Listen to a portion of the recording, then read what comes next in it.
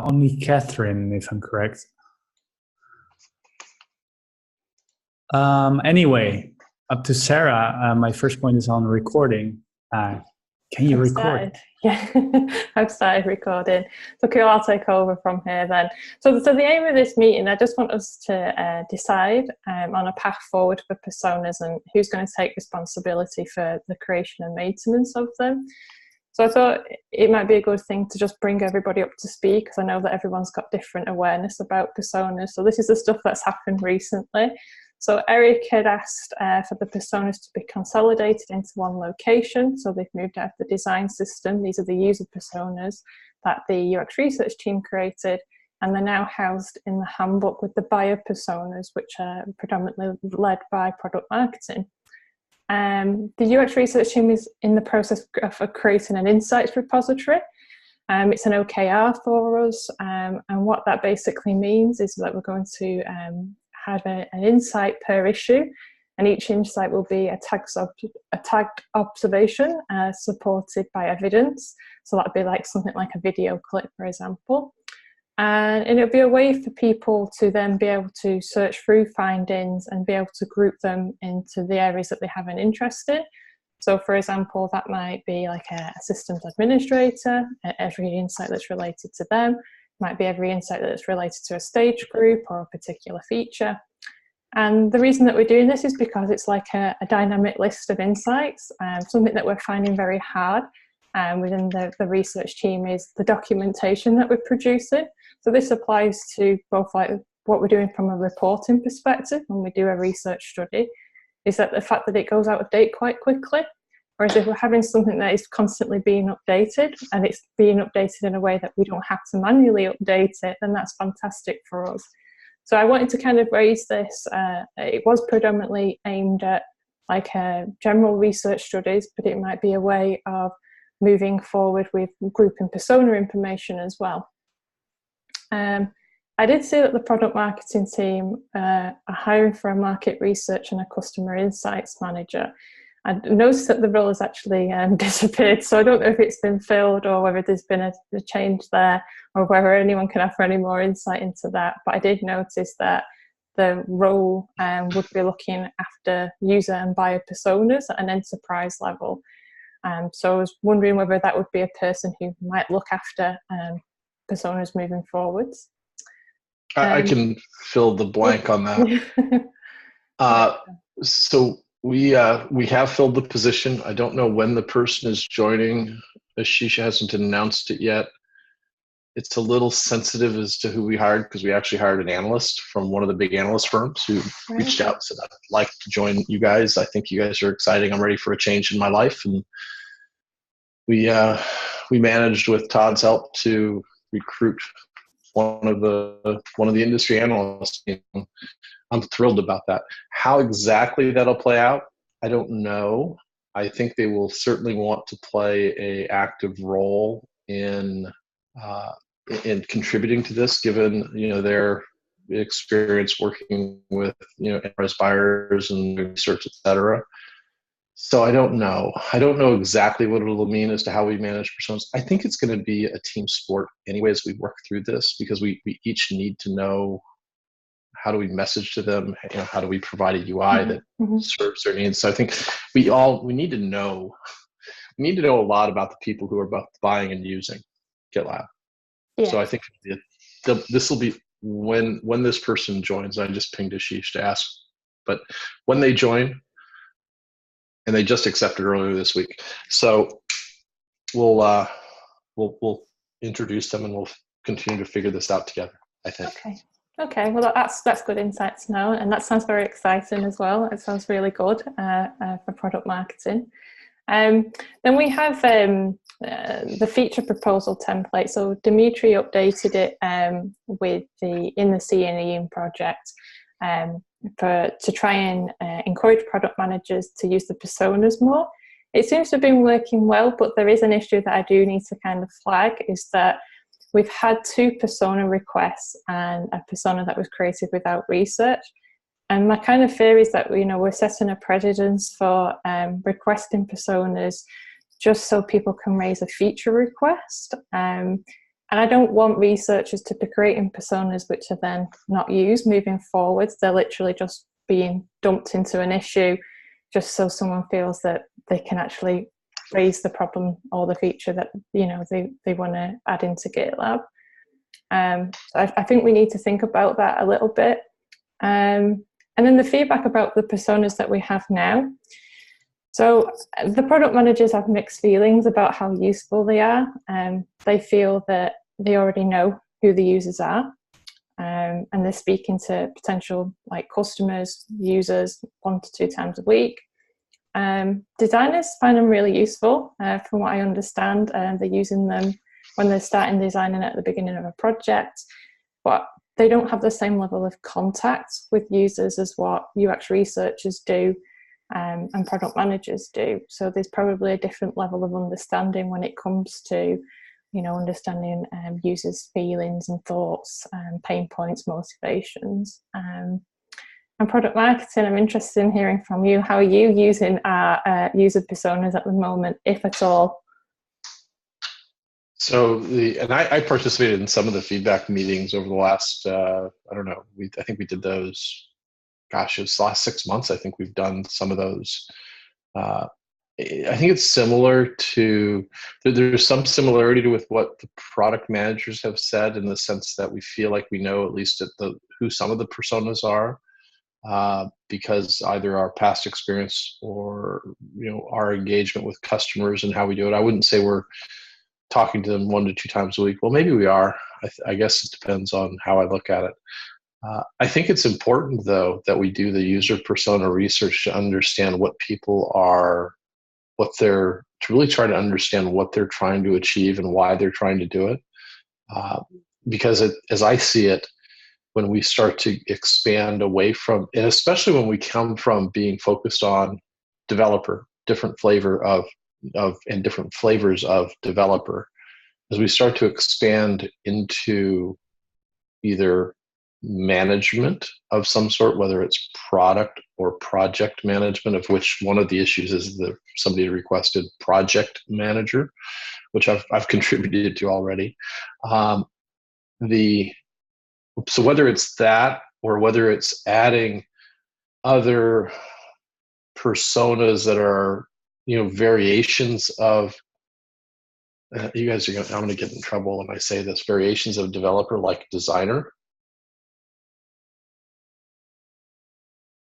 And I say that because I think of designer as being part of the core team that's involved in creating something new. They're in the business of doing it. So I don't mean that to just merge them together, but I think they're variations of people that are working on the create phase. But when we look outside of the create phase to security, which we have a persona for, when we look outside the create phase to administrators and people in IT operations, or people who are working on a service desk or doing service management, I think we're going to start to find, we're going to learn things about what they're looking for and what they expect to do. So I think it's really important that we do it. So, and none of us, at least I say this from my own perspective, none of us knows, you know, has enough depth or insight into all of them. We've had experiences with them at least I speak for myself. In my history, I've had experience with many of them, but I can't define them. Not without doing the research. Okay, and can you tell me more about like the concept of tribes? I know that this is something that you had an idea about. I don't really understand what it is. I'd be interested to hear more. The concept of what? Tribes. So we're calling it IT groups, and if you think of it as, the way I see it is a abstraction above persona. Okay. Whereas if persona is an abstraction of a role or a person, I think the groups, the hidden IT groups, is an abstraction above that, where if you were to look at that, you're going to find a lot of commonality between, if I go to an EPMO, or the people who are responsible for planning in an organization, there will be a project manager persona. There will be a project coordinator persona. There will be, you know, directors and more senior leadership personas in that, but they'll all share a number of common characteristics and common traits. They'll have common values and languages. They'll go to the same conferences. They'll listen to the same thought leaders. They'll buy the same tools. And the distinction is that rather than, at least as a way of simplifying the complexity of lots of different individual personas, they kind of cluster into these, what I've called in the past, tribes, or what we call, going here at GitLab, groups, IT groups. Not groups in the sense of how we divide the organization, but these are hidden IT groups, and it's a starting point for understanding who they are. The thing that's interesting, I think, about that is, as a tool vendor, as a vendor building a tool, we are aligned to one of those groups. And a challenge we face is, how do we market and sell and engage with people who are not part of the group where developers would live? I mean, we come from there, and I've experienced this in the past at HP Software, of trying to go from a team building testing tools and a QA focused team into the developer space, and it was enormously difficult. One of the reasons it was hard was this disconnect of language and disconnect of culture. And so that's the impetus behind it. It should, as I see it, lay on top of and should be something that supports what we do with personas. It doesn't replace it. It does not replace it. It's more like an organization of personas. Yeah, I understand. That makes sense. So I think we do need some clarification about what's going to happen with personas moving forwards. And I think from the point of like designers finding them useful, I think that maybe that it moves to designers to create personas with facilitation from UX research. We can help find users to speak with, or potential users to speak with. But I think part of the issue of why personas are heavily relied upon by UX designers is because they don't have the same conversations and the same closeness to users that UX researchers do. And we can perhaps just see how that goes, and then review the situation in a month's time. I do think, though, that moving forwards, we need to address this issue with the templating. Dimitri, I don't know if you have any thoughts on that. If perhaps the different wording we can use within the template that makes it, I think people are seeing it as a mandatory field, even though it's not. I think the length of the feature proposal issue template is something to worry about. It is an issue that was raised even before that we added personas to it. Now there's additional information such as documentation, that kind of thing. I mean, it makes it harder, or it introduces friction into the issue creation process. We should essentially be as simple as possible, but at the same time, there should be some kind of standards into which we all work together towards. As to when we consider an issue being viable for implementation, and perhaps we need, two different templates. An initial issue creation template, and then as we move forward, we move on to the feature proposal template, as it is called right now. I mean, we can name it whatever we want, of course, but those are potential directions we could move into. As far as the persona section specifically, I've had feedback that both due to its length, but also that the labels themselves kind of dilute the label experience to the right. They're very longly named, if you can say it like that. But at the same time, there isn't really a different place for them, because you want to be able to search on them, right? And have consistent results based on them, and see what, how we're tending to search in personas, and, get feedback from them. So that's why I started the persona labeling system. So I think we're caught in between, there is no ideal solution here. I'm open to feedback. I'm wondering about like what is the right thing or the thing that we could actually do to improve the current situation. Yeah, and I think the thing that I've added in them was a great iteration. It's got people thinking about them more, but I think we've perhaps forced them slightly upon the product managers by mistake. So I think we just need to find that happy place. I think perhaps, with the labeling, there is a simple way that we can shorten them. And I still think it would be useful to be able to label those issues in some way.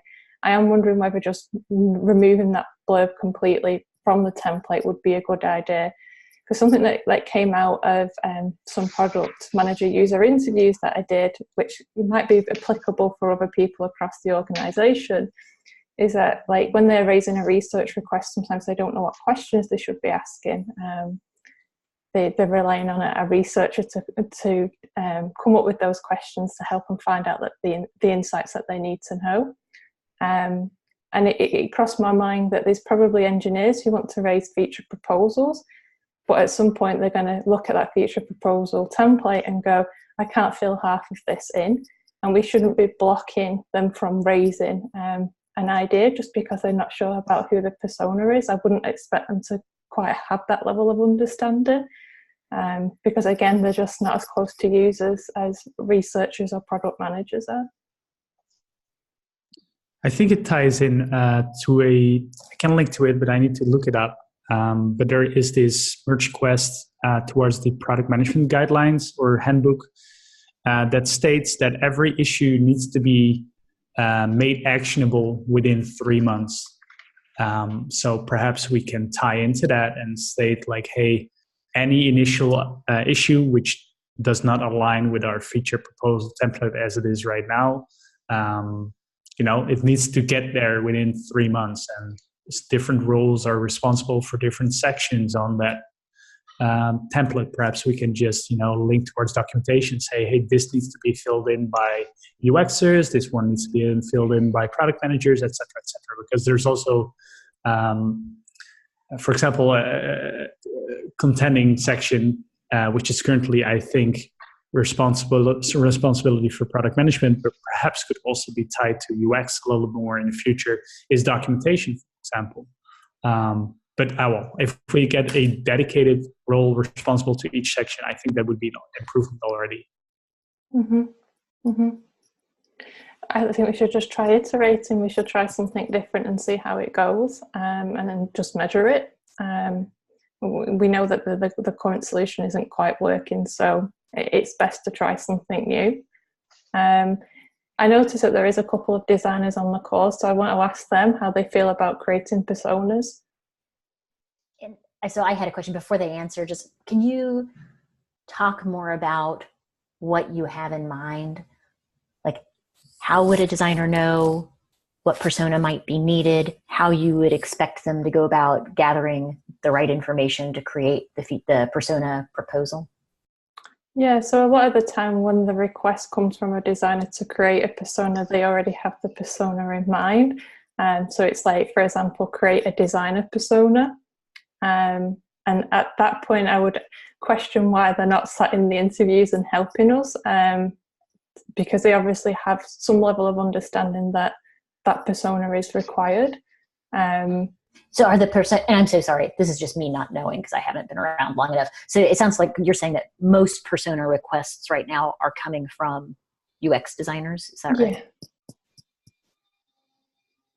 That's interesting. I've seen two, and they were both from product managers.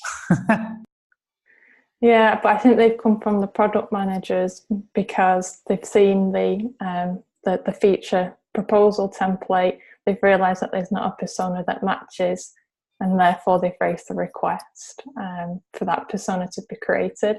And that is really, really my fear there, is that even whether it's a researcher or a designer, they shouldn't be creating a persona that is literally just a tick box exercise so that someone can raise a feature proposal.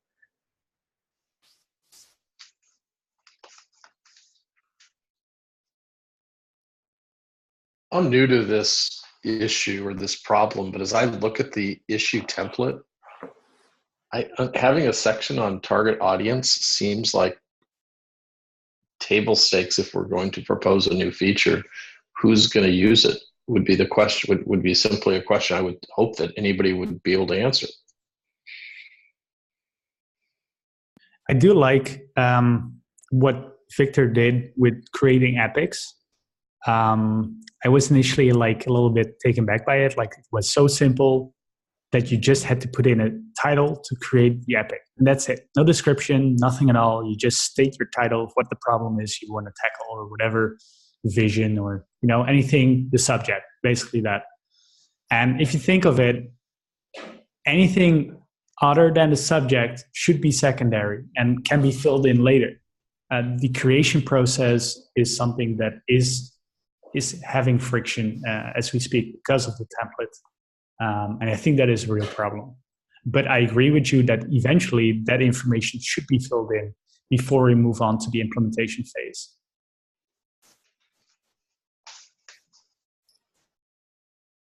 It really, Dimitri, gets to the need for having something that is a proposed idea that's still not decided or accepted, or we're not doing anything with it, to when it's ready to be taken off of that backlog and put into the workflow, the actual work of designing, developing, and delivering.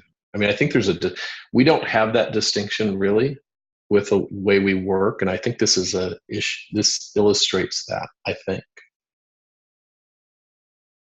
It is interesting. And I see your point, right? It's like if there's discussion happening on an issue, it would be nice if all the discussion on the issue would be well informed. Therefore, we need the description to be filled in the right way. And then, you know, how should we balance that? I think that's an interesting problem to take, and we should choose one direction over the other and stick with it. But what is the big problem? And I agree with you, though. We shouldn't stop someone from creating an issue, but from that issue going anywhere, you got to have enough insight, and the discussion on the issue might answer the questions too.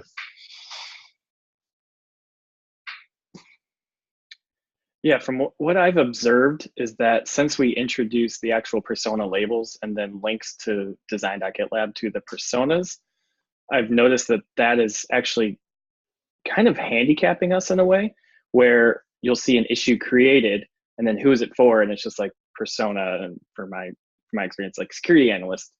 And then there's an expectation perhaps to go and then look at that persona and try to understand their needs, where if this is a new feature, their needs might not be captured in that persona because it's rather broad. So in lieu of that, we stopped seeing kind of this like user story-based approach. And it's kind of diverted some of the product discoveries I've went on, because we haven't been trying to address the needs, the feature, and the user who's using it, more or less just saying, okay, here's the user, that's great, let's go. So I think wrapping this thought up into, do we need to create personas with the lack of having one?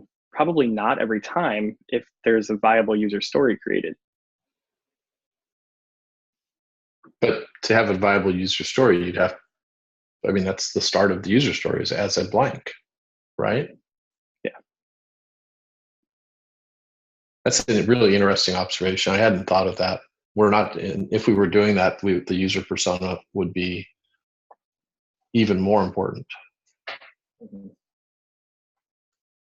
I miss user stories. I like user stories. I've been sad not to see user stories. I agree. Is there a way that we can talk about the target audience without it having to have a sort of one-to-one mapping to personas? Because there's a lot that personas also don't cover. There's going to be a lot of features that apply to all users of GitLab, and that will go way beyond the personas that we're using, and then also personas that we haven't developed, personas we haven't updated. I'm just wondering if there's a compromise here where we can keep that field, but it doesn't have to link to an existing persona. We can also say, have a little more freedom to define the target audience.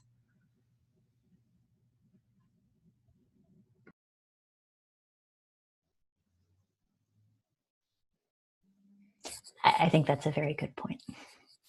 I was nodding vigorously, but as we started talking about this, for me at least, one of the things I thought, and I could be totally wrong, but the discussion about the persona groups or the IT groups, the clusters of personas, was something that went through my mind, although I just haven't thought about it enough as to how it might apply here, right? Are we building something for the planning group, for the development group? And then the question is, what level? Is it for an executive, a manager, or a practitioner? Those two data points might be ways of doing this as well, to say it's for this group of personas. You could go to specific personas too. I just haven't thought enough really about how to apply it in this mode. But I agree with you, Sarah. You should have some flexibility. Yeah, I think it's a great idea to consider the groups there as well. I don't know. I don't know this. I haven't thought about this much at all. Yeah, I think there's some precedent for that. For example, I think when we first envisioned the security dashboard and the operations dashboard, a large part of that envisioning in that message was we don't just want GitLab to be a tool for ops. We want or to be an operations tool. We want it to be a tool for operations people. We don't want it just to be a security tool. We want it to be a tool for security professionals. And so today, GitLab isn't really, the CISO might be an influencer, but it's not something his team uses per se. It's more of like we're bringing security to the developers, but that was kind of the vision, was to go out to those types of groups. So I think there's some precedent for that type of thinking.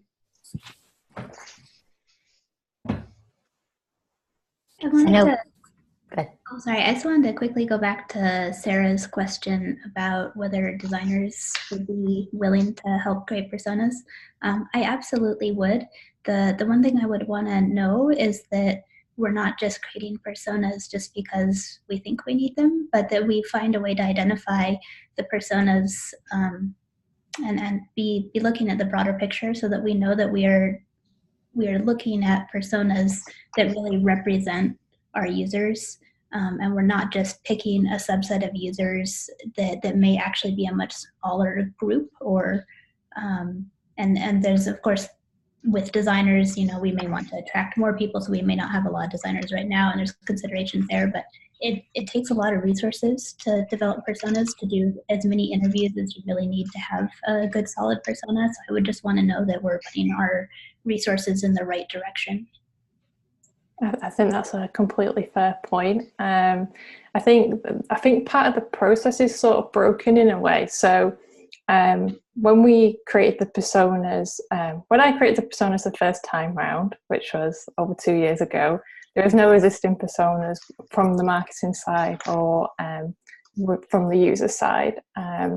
So they were just very much giving the team, there was a small UX team at the time, an understanding about who the users were, who we were designing for.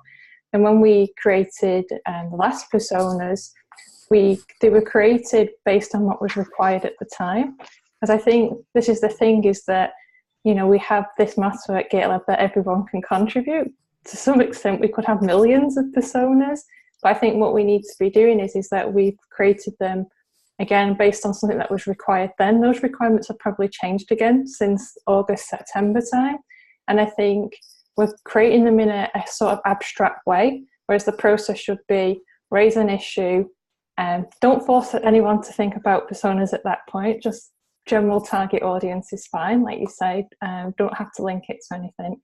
And then let it flesh out that issue as it kind of grows, like Dimitri was saying, and add more context to what the actual feature is and what's being built. And at that point, a designer should step in at the point that it's starting to get ready to be passed to a designer and say, okay, who are the personas for this? I'm now going to go out and research this. And then that way you're creating something that is going to be useful for you, because you know you are going to be working on that thing straight away. Thank you. That was helpful context for me. Are we at time?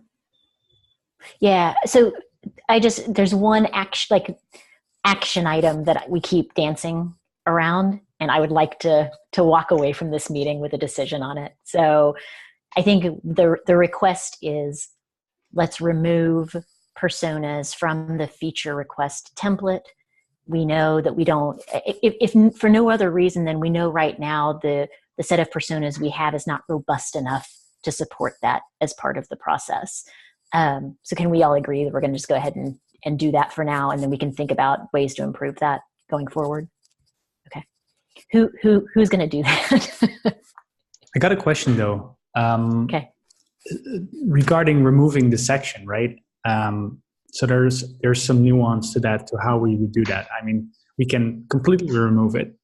We can also let the title be there and have a section stating this is to be filled in by X.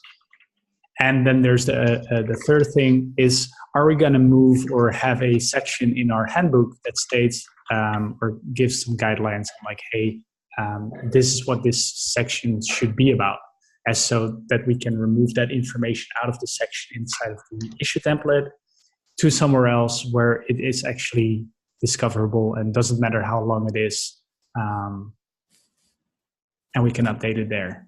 Are you proposing removing the requirement to add personas to the feature template, but leaving content in there that basically says, hey, we have personas, you should be considering them as part of your thought process, go over here to see more about this?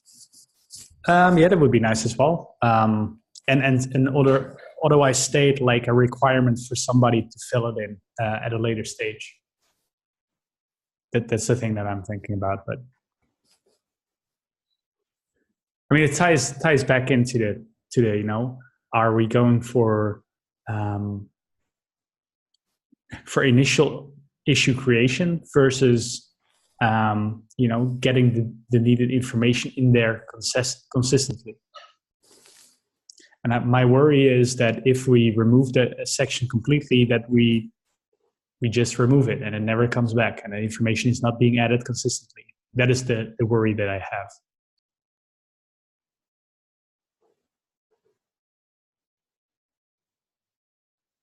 Silence.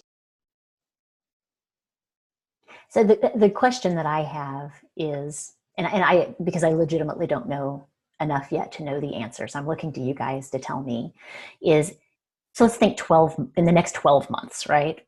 Within the next 12 months, do we think that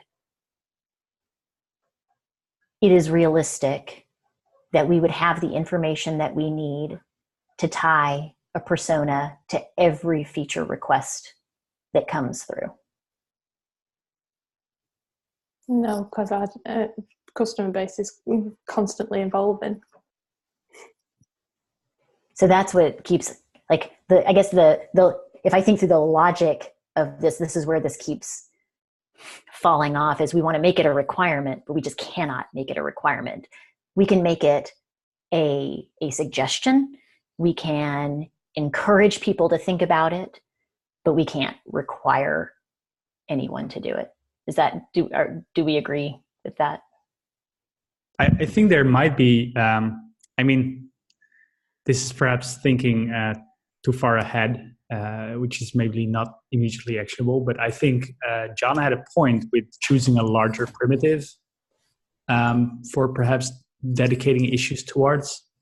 And personas might be a too small a primitive to say like an issue is, only catered to that one persona. And it could also cater to the use case that Sarah came up with, which is like, hey, issues that, cater to any persona, because every persona is going to make use of this. Issue search, for example, or to some extent. And you could say like, hey, there is a persona group for the entire persona database in a way. Then we could tie it to issues in a way.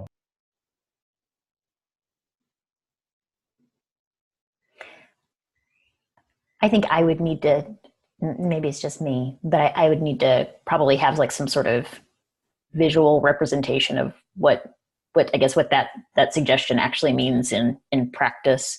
I do see Andy made a good, so the term persona carries a lot of baggage with it, right? Because when we think persona, we think like it is a fleshed out, based on research story that is spanning not just usually one like little stage group, it's spanning multiple areas of the product. And I think that's what we're bumping up against. Andy suggested intended user. That's certainly more lightweight. Yeah, it seems like we have a desire to want to categorize things and then want to make this like user area or wherever this is in the feature request area like rather black and white. Like there is a user and it's this persona, or it's undefined and we need to have a user in this area, right? Whereas if we just have intended user, then within the issue as it becomes closer to its milestone or it's ready to get worked on, that can be fleshed out. And maybe it's okay to say, I don't know, in the beginning, whoever creates the feature request. Because if it's getting in the way of them creating the feature request, or they can say it's like, I'm assuming it's a developer, but that's still more research needs to be done so that when we get the issue on our side, we're not taking that as fact. We're taking it as like, oh, I need to figure this out. Which just happened to me the last day of the product discovery. I was like, so wait, who are the intended user here? And I got an I don't know. And I was like, okay. So yeah, because I assumed we knew who the users were going in and doing the product discovery. And as we wanted to create something past an MVC at the end of the time, we ran into this I don't know. So maybe even having that or something that's like vaguer, right? More vague, will allow us to do a little more research up front within the issue itself to identify who these people are targeting or who this feature is targeting. I think it's a super good point. And I think even in the short term, it could just be like an open text where we're just kind of saying like, what do you think? And we could look at the type of data we collect in that field over time and see like kind of trends we see around who we think our intended users are. So yeah, I think that's a great idea, Andy. Mm-hmm. Yeah, we don't have persona for like CISO or anyone at the management level in security, but I just type that in anyways. I just type in like CISO or management, and then there's also the security analyst as well. They're both going to be using the feature. So I haven't gotten, my hand slapped from that, but well, there. Dimitri, I don't know how we would extract the info. Fair to just like to be fully transparent. I don't know. It's a great question. I don't know. Do we want to extract the info? Perhaps we can create a feature request up for as an issue, as something that we can tie into, because I feel that the problem with putting, for example, if we look at the current situation with persona labels into the sidebar, it dilutes the experience there. But perhaps we can put up a feature request that says, hey, I want to have all the issues that have this label inside of the description of an issue, for example, or this metadata thingy that we create. I don't know. We can keep it vague for now, but if we just use keywords and we want to look later on back like, hey, who's going to scour through these 2,000 issues with intended users and, extrapolate the data out of there, which is then going to be used. I think that's a lot more work. And, how can we make that scale? I think a feature request would be the immediate actionable response, and we can discuss asynchronously on that further. Can I repeat just to I guess I want to make sure I understand what you're proposing. What I think you're proposing is we still have a label that effectively says persona that just says, hey, this issue has, or whatever, or like intended users or whatever we decide the terminology is, that basically just says, hey, when you want to go back and look at the trends, here's your subset of issues to actually evaluate. Yeah. Okay. That's smart. Yeah, exactly. And I think, we create our own application which we develop. We can be our own internal customer for some of the requests that we have. This is one of such requests that we can perhaps enhance for ourselves. Yeah, and for tracking, could we just create a persona-like label where we know there's no persona existing for it, but somehow we qualify that there's no existing persona, but for label tracking, I guess we could say it's a CISO and somehow qualify that there's no persona, right? Or just say like the intended user is CISO. That makes sense for, I guess, if we wanted to track it. I did not follow that. I tried. I'm sorry. So we have a persona label, and my assumption is that we want to be tracking these labels, right? from what I've gathered from Dimitri's last comment. I think the proposal was more meta than that, was basically just Okay. to identify this issue has some sort of intended users associated with it without getting so granular as actually specifying what the intended users are and leaving the intended users more free-form text. But then we could go back and evaluate later. Dimitri, am I representing you correctly? Yeah, I'll create, as my action point towards this, I'll create the issue with the feature request that I have in mind. Then I'll mention you all there, and can discuss inside the issue on that. But that is future for future use cases, not immediately actionable in terms of like, can we immediately use this? No, I don't think we can. So I'm going to push on this one last time because we have an action item and I still don't have an owner of the action item, which is we've all acknowledged that there is friction being created by the persona field as it's represented right now in the feature template. Who is going to take the action item of resolving that now so that we can change it? Maybe like even if we just resolve it today and 2 weeks later we come back with a different thing. Silence. I'll be happy to do it if someone can point me in the right direction for how, because that's something I haven't done yet. So if someone tells me where to edit this, I will happily do it. Awesome. I mean, did we just not make, or were we intending to not make it a requirement? That was basically thing. Okay. Yeah, I think the idea is to make it a free text field. And then I think Dimitri's addition to that just may take a little bit longer is, can we associate a label with that? Is that right? Yeah. Okay. But that's all Sarah's pain point of, oh God, I'm going to get 5 more persona requests in the next 2 weeks. Okay. Yes, Sarah, on where you need to edit it, it's in the issue templates within the .gitlab directory in each repository, and it's the repositories for CE, EE, and the www.gitlab-com, the about.gitlab.com repository project.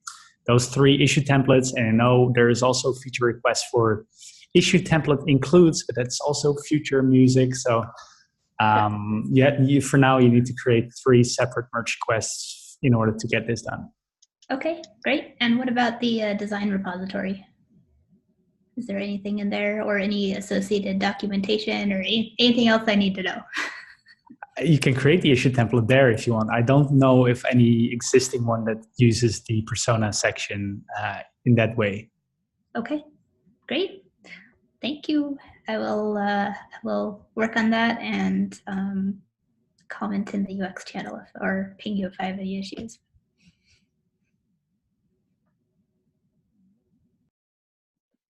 Good, we have a conclusion. Fantastic. Thank you, everyone. That was pushy. Good. All right.